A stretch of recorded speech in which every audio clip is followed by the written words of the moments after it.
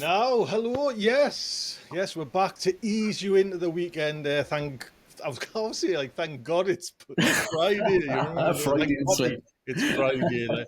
Mark, how you doing? Are you well? Are you good? I'm good. You know what? I'm in good spirits, Tony. I'm all right. You lift my spirits I'm good. every time. I've had a good weekend.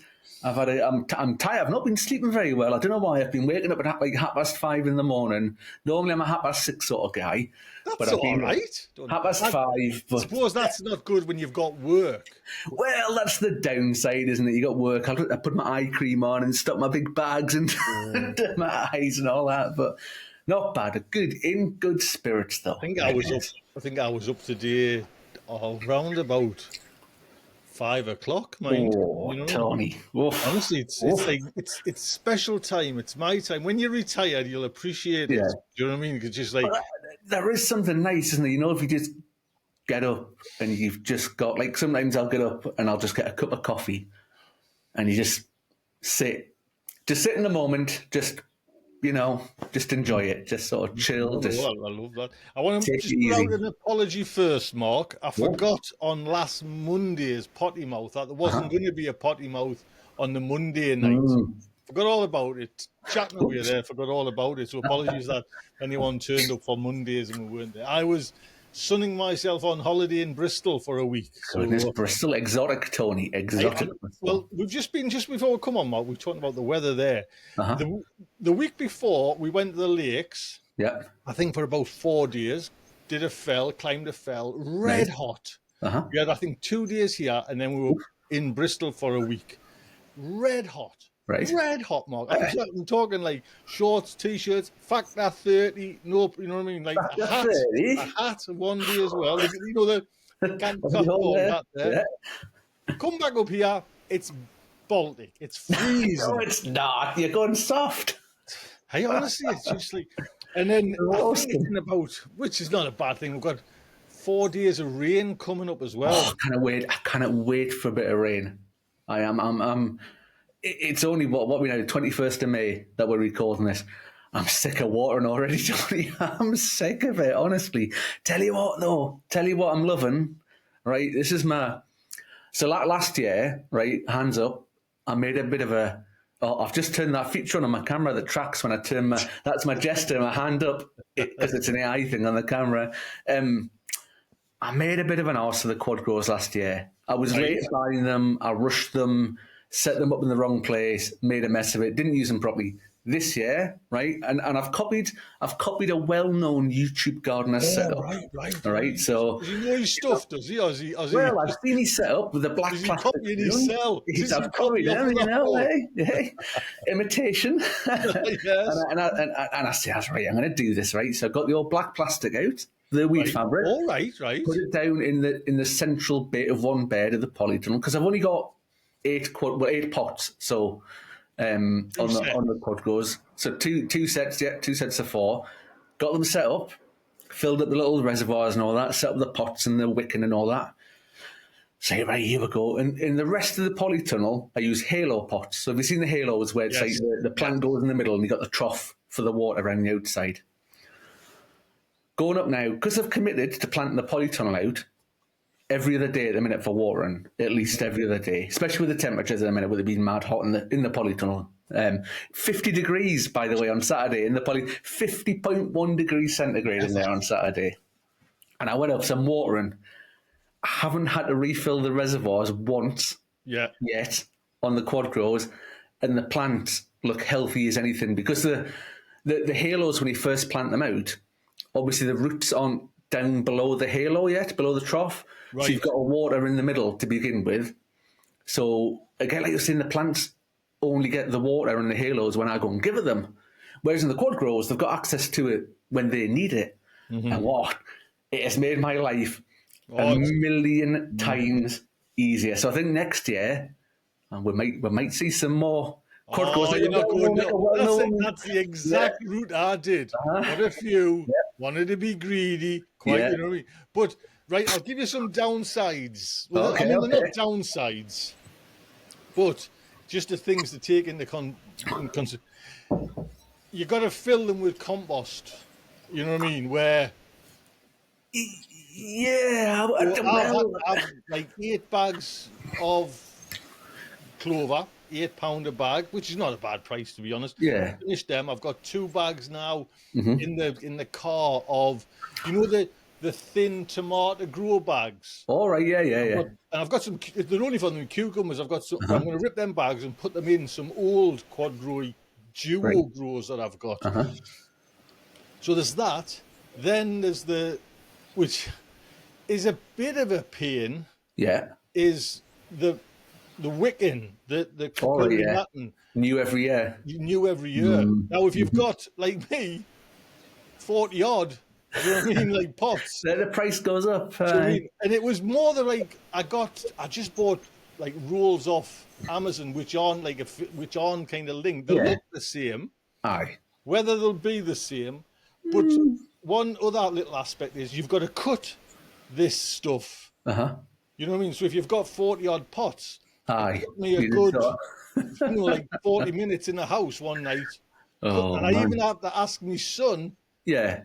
There was a few, you know. A few of them, There was aye. a few. Now, I don't know if this is wrong or right, but mine cutting was a bit thicker and a bit bigger. Okay. Now, I don't know if that'll bring more water in, which I'm thinking is a better thing. Because when I looked at the actual bit that came, obviously they've worked it out. That's the size you need. Mine's probably twice the size of that. And I'm thinking, is that a good thing or a bad thing? Do you know what I mean? I don't know when I was setting, funny, a couple of things you mentioned there. When I was setting mine up, I watched a video from a different well-known YouTuber. Let's just say it rhymes with AB, right? You can't guess who it is. It rhymes with AB. Young fly-by night, man. This young chap who was put himself as a bit of a quad grow expert on his video, and I thought, I've got to watch this guy, see what he's on about. And he was saying about the compost, and now I've put new compost in mine this year because, like I say, I messed them up last year, so fill them all up properly this year. And he reckoned that because of the nutrition, you put the Yes. Is it Nutrigrow they call it? The A and B, how you mix it in your troughs and that. He reckoned that you didn't need the best of compost in the pots because all the nutrition's coming from the Which from makes the trough. sense, to be honest. So I'm wondering if you could reuse, because this particular YouTuber didn't answer that question. So I might have to send him a WhatsApp and ask him. So he did the video and he didn't answer the question, right? Could you reuse the compost in the pots? Right. I mean, obviously you're gonna lose some when you take the plants out and the wicked and stuff like that comes out, and you're gonna lose compost. But from what I can remember of last year, Mark, I thought it would be a good idea to have it dry to pull it out, but it's best to have it wet. Okay. But you do lose quite a lot because there's quite a lot of roots are gonna knotted into that root. Aye. You're probably going to lose half of that soil, anyways. Yeah. But I've just put it. I'm now using that for. I'm gonna, you know what I mean, for like carrots. So I'm not saying it's got its downsides. It's just you've got to be prepared to kind of.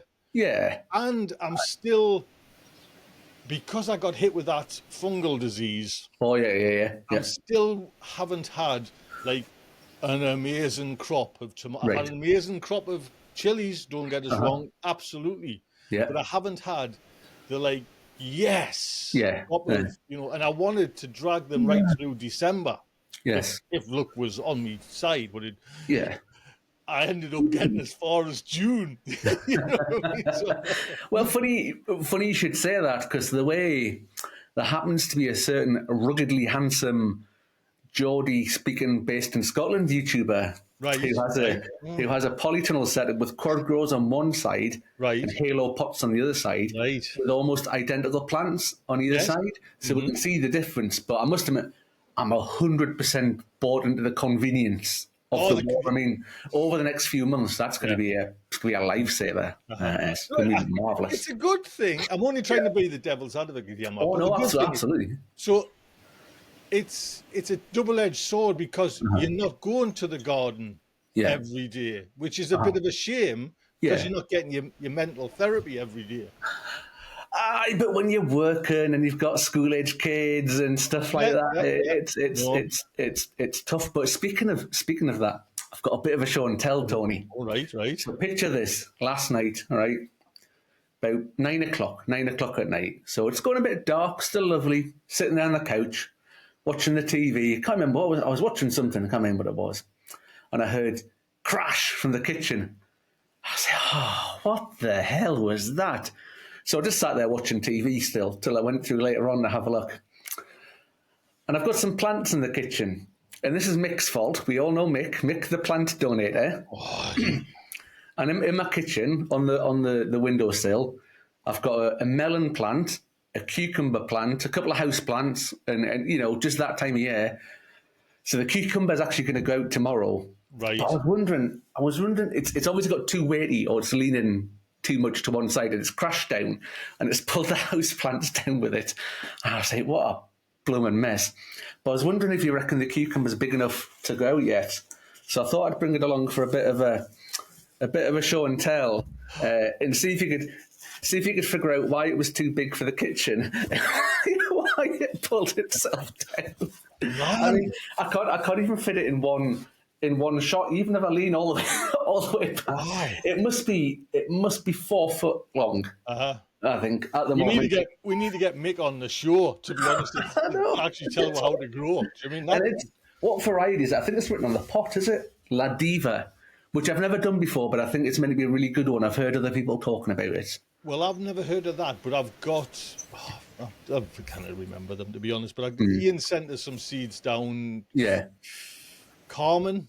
Carmen, that's my favourite cucumber. Well, I've got 3 or 4 of them. I'm going to use 3. And then when I was buying this compost yesterday, I picked up another one. You know what I mean? A different variety. Now, I don't know whether they'll go to get, you know what I mean, spoil anything with like mixed pollination or anything like that. I don't know. Yeah, but Tony, Carmen, honestly, it is brilliant. It grows. If you let it, it'll grow massive. It'll go really big. But the seeds. Mind you, they're only that big at the moment. You know what I mean? Give it 2 weeks and they'll be this big. They grow so quick, the plants. And the cucumbers, like, some cucumbers get that spiky, prickly. Yes. You don't get that with Carmen. And that's one of the things I like about it. And it's such a good cucumber. It is brilliant. The one I bought from the shop, I think, is a spiky little kind of thing. You know what I mean? So... Yeah. Oof. Well, that La Diva there's got little cucumbers on it, so I need to get it out because it's just going to drain the nutrition and stuff out the pot. The pot's not big enough to support it. It'll the leaves will start to yellow, and the fruits that are on it will die if I don't get it in the ground. So it's going out tomorrow. Right. Funny enough, I'm supposed to be going up today to plant some beans straight into the ground to have a good look because, like I say, I've been away. It's almost like I've been away 2 weeks, but back for like a day or something like that. So I haven't really seen how things are going up there. But it's always nice to kind of go. But with the quad growers, you can do that. That's the one thing, you know what I mean? You kind of don't have to rely on someone. You know what I mean? So. Well, speaking of beans, it's gonna lead nicely into another segment. And I'd put this in the show notes. I know we've not gone to the show notes yet, but I mentioned. I was doing a thing at the weekend. Oh, the giveaway. The giveaway. I was being a volunteer. I was giving up my own time, volunteering, doing a thing. Marvellous. All right. I thought you were going to say no one turned up. Oh, no. It was brilliant. It was wonderful. There was a YouTube celebrity there. Because I was there, yeah. I was signing bras and all sorts, Tony. You should have seen it. It was all over the place. It was brilliant. What a really, really good wholesome day. It was just like the feel-good factor from it, like all this hard work that all the volunteers, like about half a dozen of us, had put into growing all these little plants of all sorts of stuff. And people just walk along the high street and they just come up and they just take plants, and people who never intended to, because we're on the high street, you get a lot of sort of incidental people just walking past and seeing what we're up to. And all the people, all the volunteers, all the people who help out, such nice people. Honestly, they're such nice, lovely people to deal with. And we were there and we gave away so many plants going off to gardens for kids, for old people, for anyone you can imagine came and took different plants, from tomatoes to courgettes to lettuces to you name it, somebody took it. And people can donate, and we made about 250 quid in donations, which is nice. We don't ever ask. That's nice for to get yourself out for a drink. Yeah, where we're going after this. The pub, but speaking to people as well, though, like the volunteer people, everyone's different walks of life and stuff like that. And I was speaking to somebody called Alana, who I've sort of known for a while, but we've never really had a proper conversation based in this group sort of thing. It's just fascinating. And her one of her jobs is she owns, or she's a founder of a Scottish native tree nursery. Right. So, and it was just fascinating talking to her and listening to her about this work. And she was talking about, when we get like storms, when the storms come along and like you see trees getting buckled and knocked over and stuff like that. More often than not, that's a species that's been brought in from somewhere else. Right. And if it's a species from another country, it's not adapted to our climate, so it's very shallow rooted and things like that. So when the 50-mile-an-hour wind comes and hits one of these trees, the roots aren't deep enough, and the tree just goes. Whereas if you've got native trees from the country that you're in and adapt to the climate, they're much deeper rooted. And then when the wind comes along, the tree just goes, no chance. And it just wobbles about a bit. And it was just fascinating. It's like a social enterprise, just in all the crowdfunding and stuff like that. I self-raised all the money. So I might be doing a little YouTube thing as well. I was just going to say that because you've got yourself a nice fancy, what do you call it? The DJI. Yeah.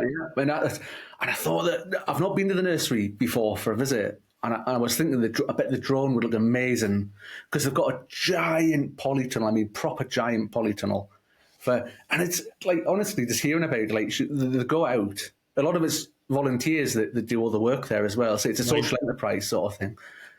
And they go out and they collect seeds, like acorns and things that have fallen off trees. And they don't germinate straight away. You've got to like put them away for 2 years or whatever before you can use them and germinate them and stuff. It's like, wow. Just the whole process is so slow, but it's such a good thing to be doing. I was fascinated by it, Tony. I was absolutely fascinated. I'm glad it was good, Mark, to be honest, because not that I had this sneaky feeling, but it would have been funny if you'd grown all this stuff and, you know what I mean, it's kind of yours. Did all yours go? Pretty much, yeah. I must admit, I did a really good job of the lettuces, Tony, because a lot of time the lettuces turn up and people have only grown wee things, and it wasn't on purpose. It's just they grew really well in the greenhouse, and I nearly killed them about 3 times from not watering them enough. So we're lucky they actually made it to the giveaway. And Robbie likes yogurts, so I saved all his yogurt pots and I planted all the lettuces in the yogurt pots so we can just give them away in little pots and stuff like that. Which again, it's 100 times easier for people taking them in the wee pots and stuff like that. And they look good. They were about, they were yay high. They were cut and come again ones as well, so people can chop them down and they'll just keep coming back, sort of thing. So, but it was good. But it is that, and we're very lucky actually. So one of the volunteers is a lady called CJ, and she works at the local school. She's like a teaching assistant, and she does a lot of outdoor activities with the kids. One of which is like teaching the kids to grow food and stuff like that. Any leftover plants, she just takes them all to the school, which again is quite nice that the kids are getting to. And if the kids don't look after them, if they die, they're going to learn about stuff and things like that. But no, it's wholesome, Tony. So it's good for the soul. Good for the soul. Your soul must be bursting there. That's a good deal. Well done. Bursting at the seams, Tony. I'm expecting something good to come my way for this. I'll be polishing my halo, sort of later on. It's. When you were you're dying for the rain to come. Aye. What? Just because I'm lucky. I've got like a hose pipe right next to the thing. So I've just been before the holidays. Yeah. I've just been going up with, and it hasn't took that long. Just like a watering can, single water, because I don't want like this. Like there's other neighbours. You see them they put the sprinkler on. All right, yeah. And they just saturate the garden. Well, that's just me encourages weeds and nightmare. Just where if this rain comes at the moment, it'll be like dry as sticks apart from where I've got me plants. Yeah. Do you know what I mean? is that not what you would like, or?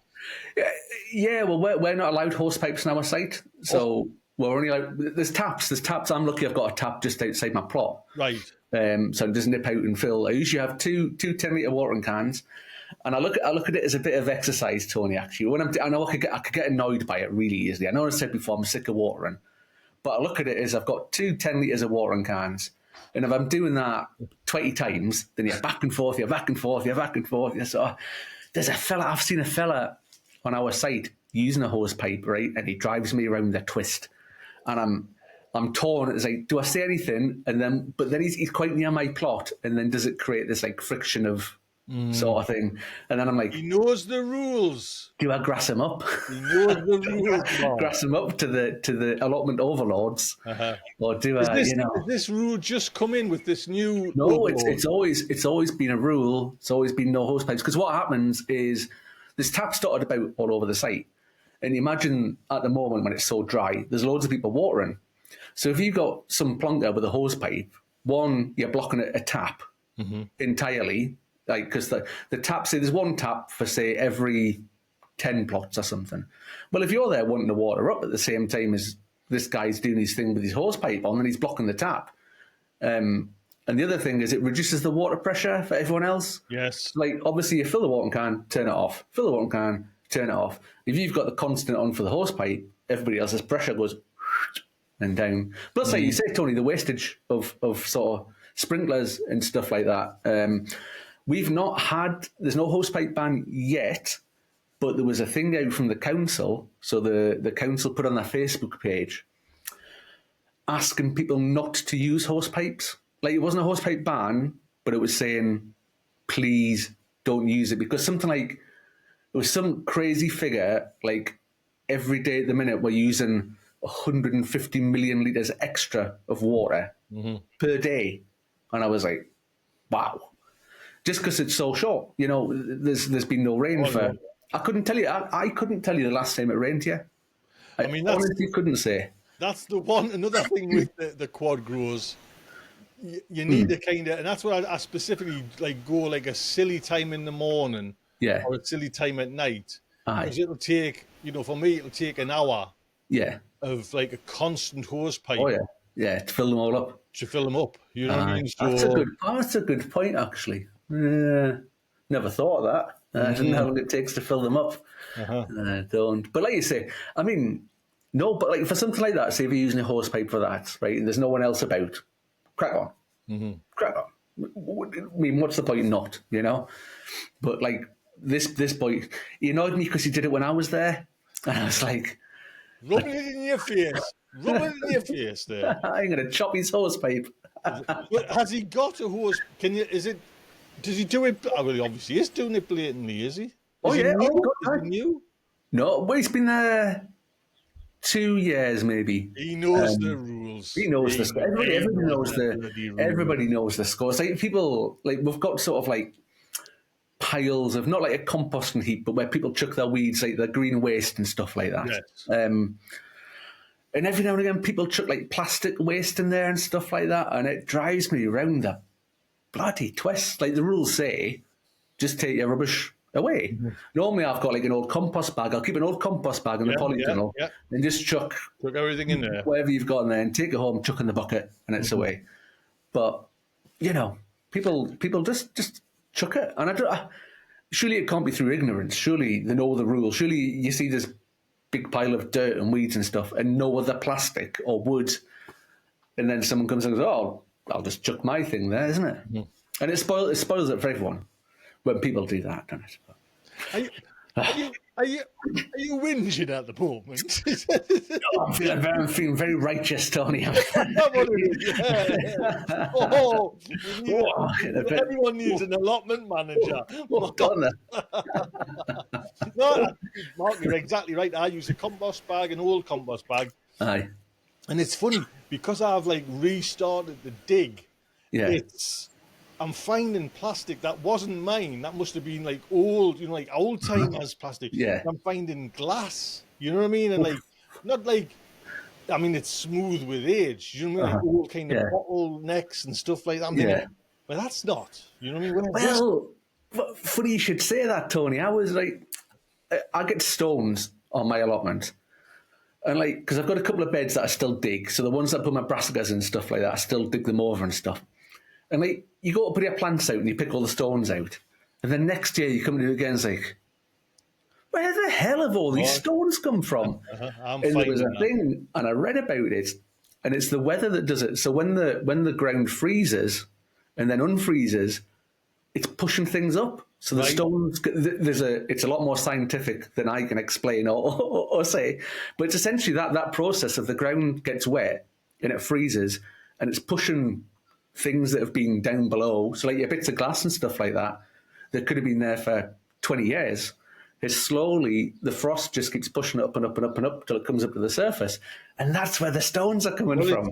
That I've noticed a considerable more like stones. Do you know what I mean? And there's one bed in particular that's like slate, like smashed bits of slate, and I'm thinking, like, where's it from? That? Do you know what I mean? That's not me. You know what I mean? Like, and I've been there quite a while. You know what I mean? It's like, aye. Oh, the one I never finished my story, Tony. You know, I was talking about beans. All right. I went off about everything being so wholesome. Well, when I was at the plant swap, you know how we get there early, the volunteers to scope out all the plants. I got myself a tray of beans. I was like, I'm having them. So I've not, just through just doing a million other things, I've not got round to sowing any beans yet. And I saw these beans and I was like, I'm having them. I'm having them. So off they went into my little pile at the back there behind the counter. So, well, what I'm thinking with beans is, Mark, I'm going to do it because I've got loads of bags there, plant them, but I'm thinking they'll come up and it's still a bit like up here anyway. It's like, you know what I mean? I mean, I just don't like that kind of, they're a bit iffy with like, say, 6 degrees, 5 degrees. So, no, I was speaking to a fella, was it Ralph? I can't remember if it was Ralph, one of the boys at the allotments anyway. And I think it was him who told me he'd put beans out.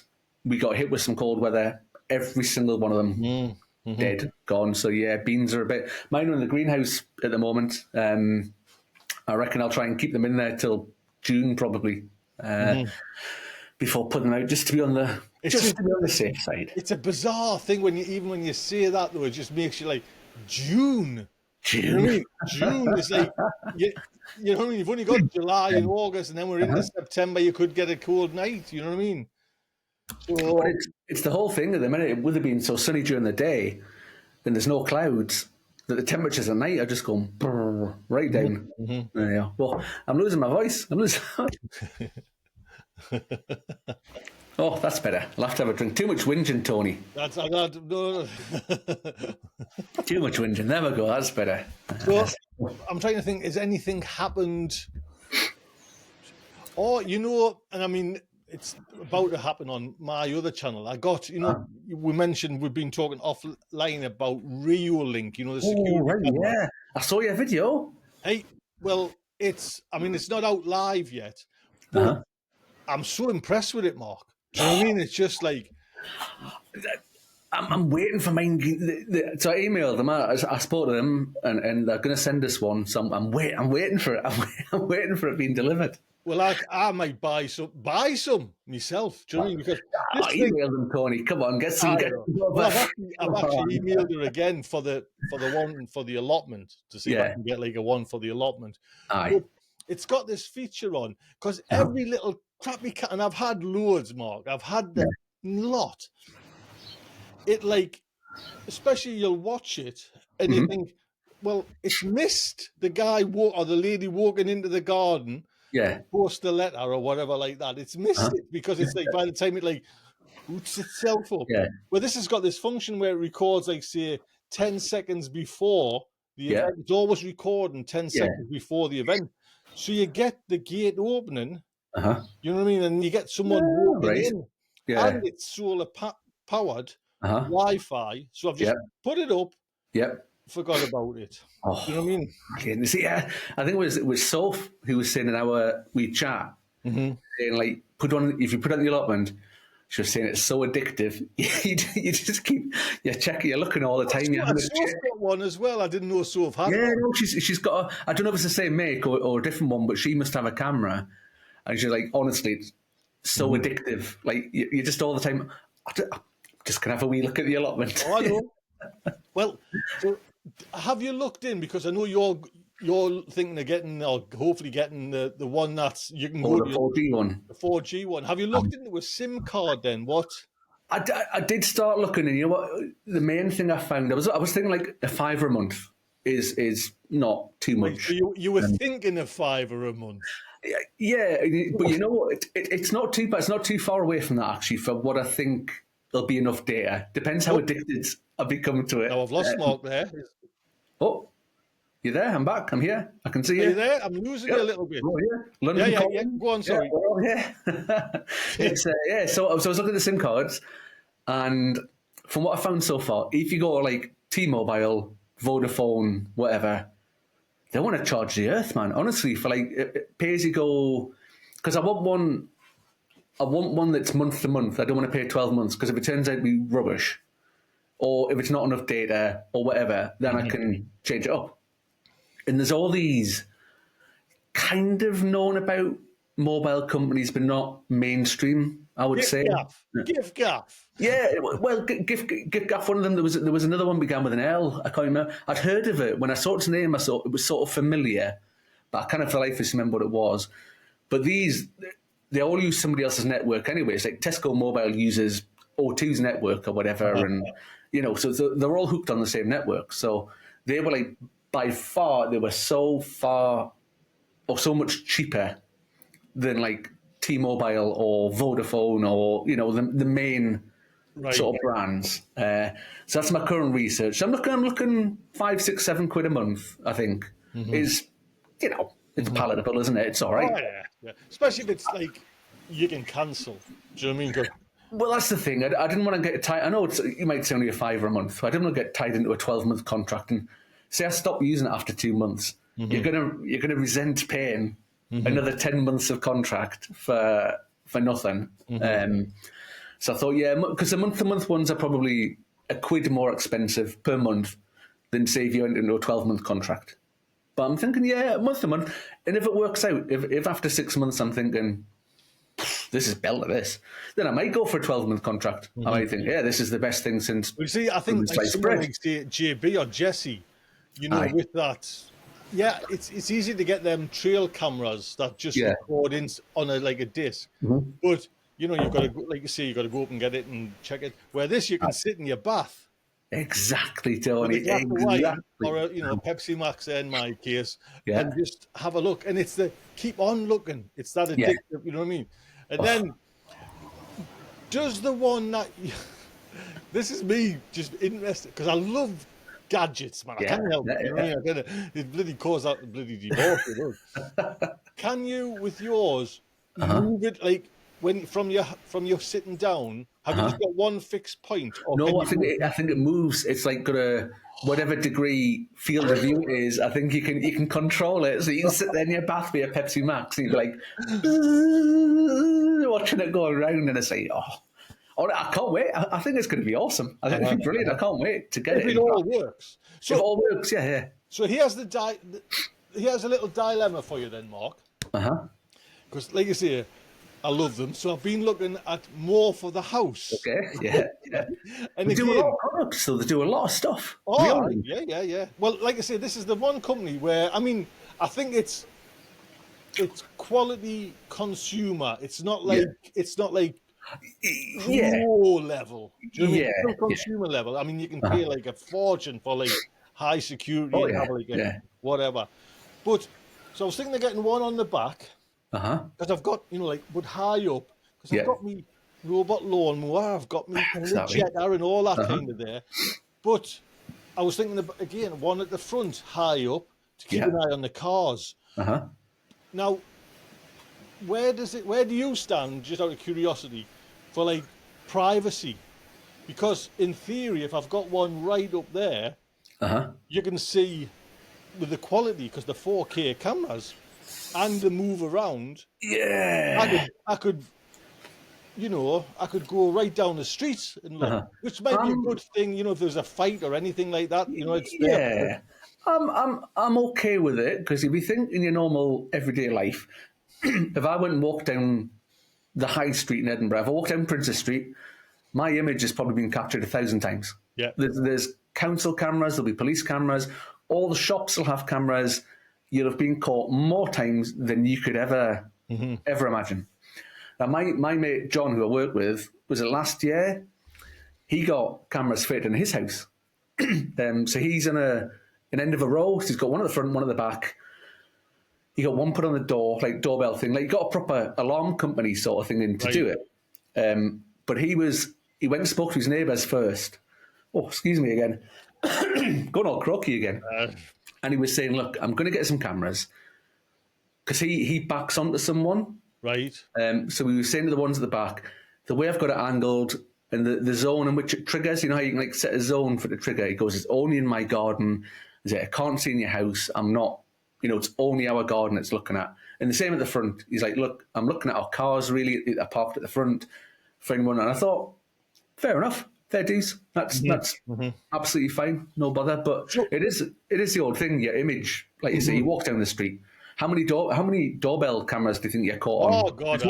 Without even realising it, you're just walking down the street and your image has been caught 1,000 times. Ubiquitous them there now. So if someone knocked on your door and said, over the road, I'm putting one on, would you, because let's just say you park your car at the front, would you think it's a benefit or a privacy issue?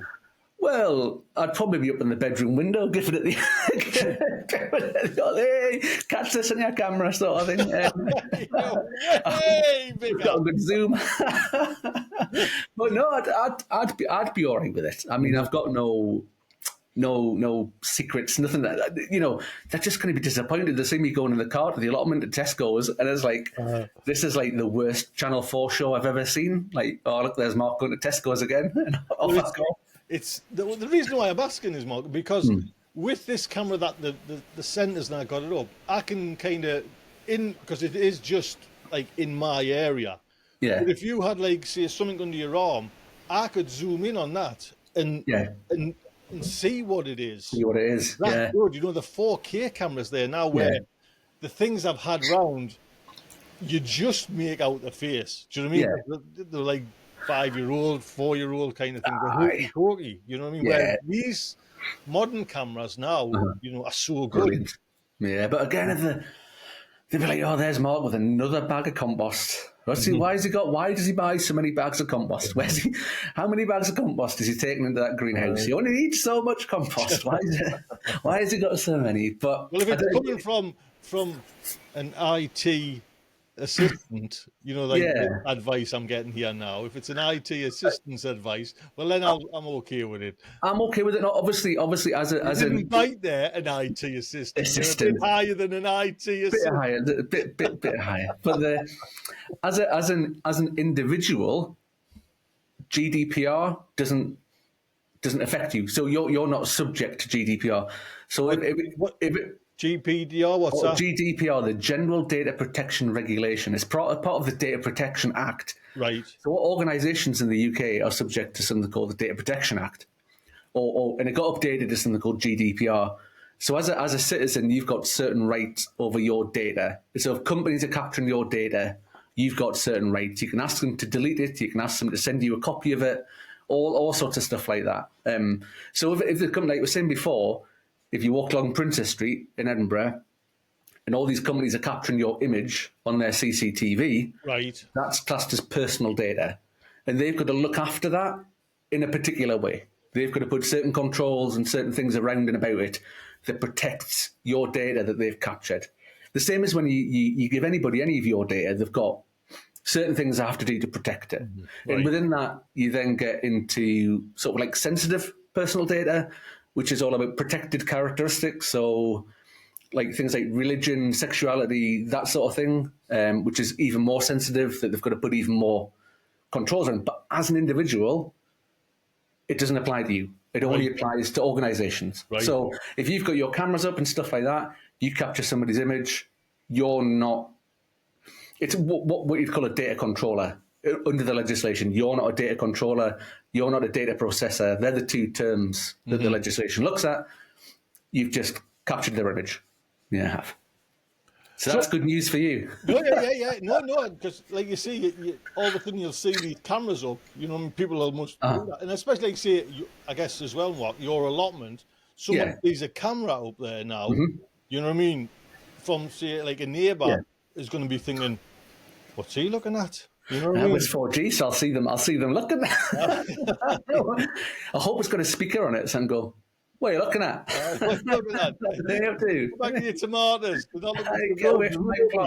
Get off my land.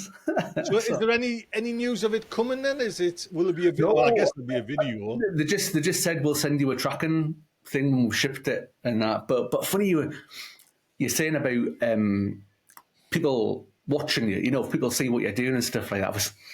I was watching a thing the other day about I like counter surveillance. That's one of my things. So it was an ex FBI guy I was watching. He talked about counter surveillance and how to recognize you're being followed and how to avoid it. And it's all about breaking patterns. So it's all about not doing the same thing at the same time. So if you're going to work, say every day you got in your car, 7 o'clock, you drove the same route to work, parked in the same space, you went, it's a pattern. And if you've got a pattern, people can target a pattern. If you break the pattern, if I went to work at 10 to 7 and I went a different way, and then they're like, you've got to break that pattern of behavior. And I was just thinking of that just when you were talking about people seeing you on a camera and stuff like that.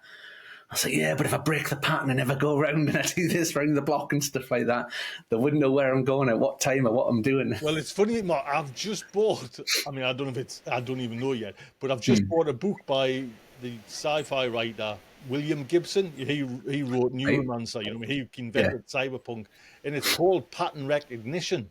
So I'm guessing, and it's like a crimey thing, so I'm guessing it's something to do with pattern, following someone kind of thing and seeing what.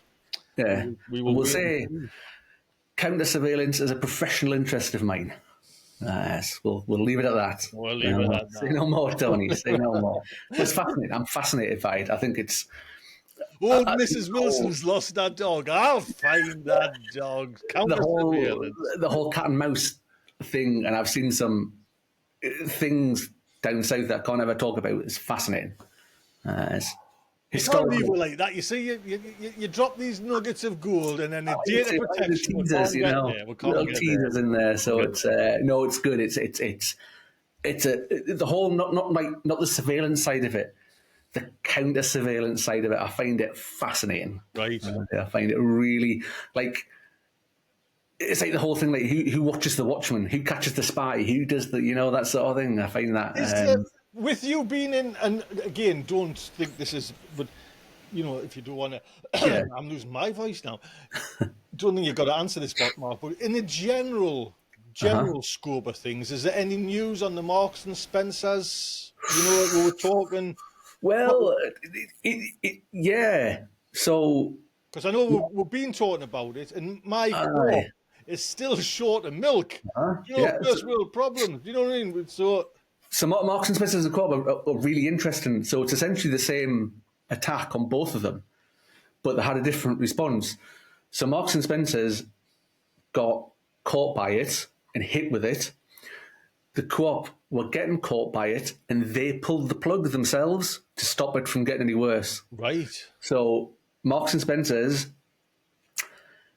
has been done over properly, and my full professional and personal sympathies are with Mark. It's really interesting in the sort of industry I work in. Like, you get a lot of people who like to be public commentators and sort of come out and they'll slag people off and they'll do that. Marks and Spencer's have probably done nothing wrong here, by the way, in terms of getting caught out. This is a highly sophisticated criminal organisation that have got them. Right. Like, incredibly capable, incredibly technically capable in terms of the adversary that they've been up against. They screwed them over. They're not going to be back fully operational to July, and it's going to cost them around about £300 million. That's how much this cyber attack's going to cost. Co-op, slightly different. They saw something happening. They themselves, their IT people, have gone and pulled. They've hit the big red button. What is that? What do you mean by that, though? Pulled. So they've probably, I don't know the full detail, but I reckon they've disconnected themselves from the internet. Right. So they've taken their entire corporate network. Imagine all their sales stuff, all their online presence and stuff like that.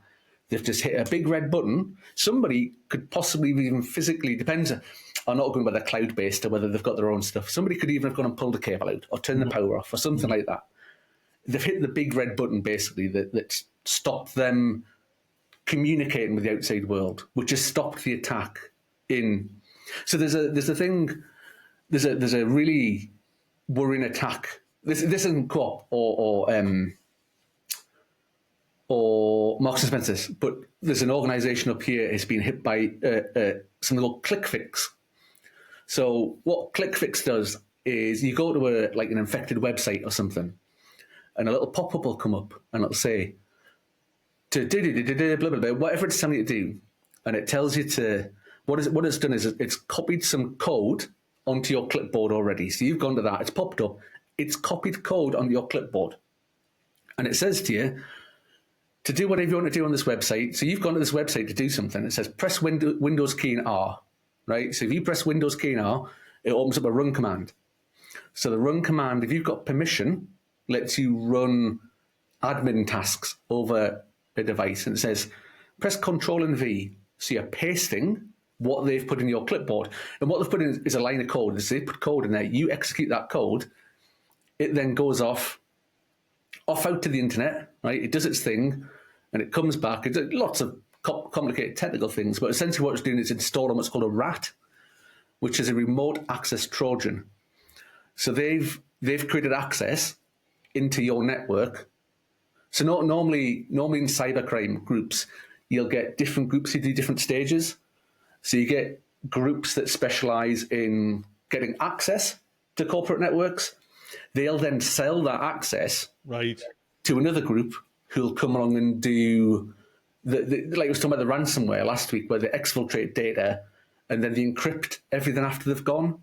And that's probably the biggest risk with ClickFix at the moment. That's the sort of thing that happens all the time. And it's incredibly, incredibly difficult to defend against. It's really, really difficult. There's so many different vectors, and you detect it, or say the cybersecurity companies detect it, and they put a control in place to prevent that from happening. The bad guys realize this, so they just go and change their code and then send it out again. Right. And there's a whole thing in defending against these attacks about whether it's like sort of you detect a specific thing or whether it's looking at heuristics. So it's looking at the behavior of something happening as opposed to detecting a specific thing happening. It's looking at behaviors of things happening, which is another not a rabbit hole we'll go down. So is just getting back to the Marks and the Spencers, because I think everyone can relate to them. Yes. Are they having to build a whole new online store website? Potentially, yeah. If they've been properly hit by ransomware, so when the ransomware comes in, I was saying somebody creates access, then the ransomware gangs come along and they deploy. There's lots of different types of ransomware, loads of different types, and they'll deploy whatever their favorite variety is. And it comes in, first thing it does is it sniffs around for your sensitive data and it starts to take the data away, exfiltrates it, right? So we'll have copies of all your data, thanks. Then they'll trigger the actual ransomware itself. That first of all, it'll go off, it'll find your backups, it'll encrypt your backups, so you can't recover from your backup. And then it encrypts everything it can see. Anything it can talk to, anything it can get connection with, it'll encrypt it. And you can't unencrypt it without the decryption key. But to get the decryption key, you've got to pay the ransom. Right. You're not always guaranteed to get the decryption key if you pay the ransom. You know, you never know. You don't know if it's going to work. You don't know if they're actually going to give it to you. These are criminal gangs. And when I say criminal gangs, I'm not talking about like people in balaclavas with like stripy tops on, like sneaking about. in the countries where these gangs operate, these are people in shirts and ties going into offices, operating like a corporation who are doing these criminal gangs work like that. And in certain countries in the world, they're given, permission to do that. They let them work like that. It's not like sneaky little kids like sort of doing stuff. It's like proper organizations doing this sort of thing to get money out of other people. It's horrendous. So if I was, the one thing I would do is support Marks and Spencers. I'd go and buy things from Marks and Spencers to support them, because this is a really bad criminal activity that's happened for somebody to try and get money out of them. Get your meal deal from Marks and Spencers. Get your a new pair of pants or whatever. What's that, Tony? What you just said there, Mark, about like the price that it's cost them is. But the problem is that most ransoms, most of the ransoms that come in on ransomware are like low seven figures. So they might come along and say, send us 5 million quid it's always in cryptocurrency. So whether it's Bitcoin, whether it's Monero, whatever it is, send us in crypto. If you pay the ransom, you're feeding that model of criminality. So they're getting what they want out of it. It might cost Marks and Spencers. If they don't pay the ransom, which it doesn't look like they're going to do, they say it's going to cost them 300 million in profit to recover, and they're not going to be fully operational again until July. It's costing them an astronomical amount of money, but they're not feeding the criminal model. They're not paying the ransom. Are you there? I am. I think it was the cyber criminals had heard me talking about them and thought we're going to pull the plug. No, that's the second time this morning that I'm on Virgin Broadband here, and it dropped entirely. So they must be working on a cable or doing whatever they're doing somewhere. Well, just if anyone's watching, there's been about 5 minutes of where we haven't had Mark. So I'll actually put some markers on things, so I'll be able to just edit that. So it'll go. Mark, it'll be seamless. But the only thing is, I'm now on a 4G connection on my phone, and we're recording 4K, so it might take a while to upload what I'm saying. Well, we've got a few. Well, I'll tell you what then. That's a good point, because it does take a while to upload. We will end it now. Yeah. We've had a good time. We've had a good chat. I don't know when it stopped recording me though. That's the thing, because I was in full flow about Marks and Spencers. Yeah, no. It's you got everything. Do you know what I mean? It was like, it's just the price, Mark. Just the like support Marks and Spencers. Oh, I know. Go and get, you know what I mean, your sandwiches from there, your croissants, and you know what I mean, everything else. Treat yourself every now and again, Tony. You got to treat yourself. Here's a little treat. Yeah. Although my mum and dad say, right, they're as frugal as you could ever find. Right. So we've got a Tesco's, we've got an Aldi, we've got a Sainsbury's and M&S. They'll go to each supermarket to find the cheapest things in each supermarket, because they're retired, and that's what they do when they're retired. And they go to M&S because apparently the pasta is the bee's knees. And it's not going to, if my mum and dad are buying it, it can't be expensive. So that's my recommendation. Go to M&S and buy some pasta. Fresh pasta or dry pasta? Or dried pasta. Or fresh is a bit fancy for them, Tony. That's a bit much. That's all. Listen, look. Mark, it's been lovely chatting to you again. To be honest, it's been, I love kind of chatting to you, because it's like, it's eye-opening for me. Energy. Grimy stuff. Do you know what I mean? That's quite exciting. Oh, I know, the murky underworld of cyber, isn't it? Everything that's going on. So hopefully we are here on Monday as well. Like I say, I forgot to mention it last Monday, but we'll be here as well on Monday for Potty Mouth. But for now, look after yourselves. Take good care, everyone. Toodle pip. Bye.